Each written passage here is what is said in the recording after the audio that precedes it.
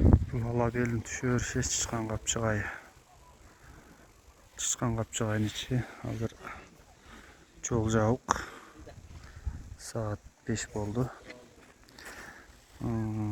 Ат туруу иштерине байланыштуу карды атып түшүрүү иштерине байланыштуу жол жабык. Азыр 1 сааттан бери турабыз. Азыр жол жабык.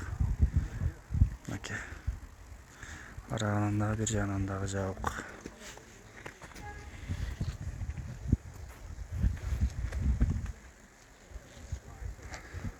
Азыр что таң деп аткандар угулуп атат.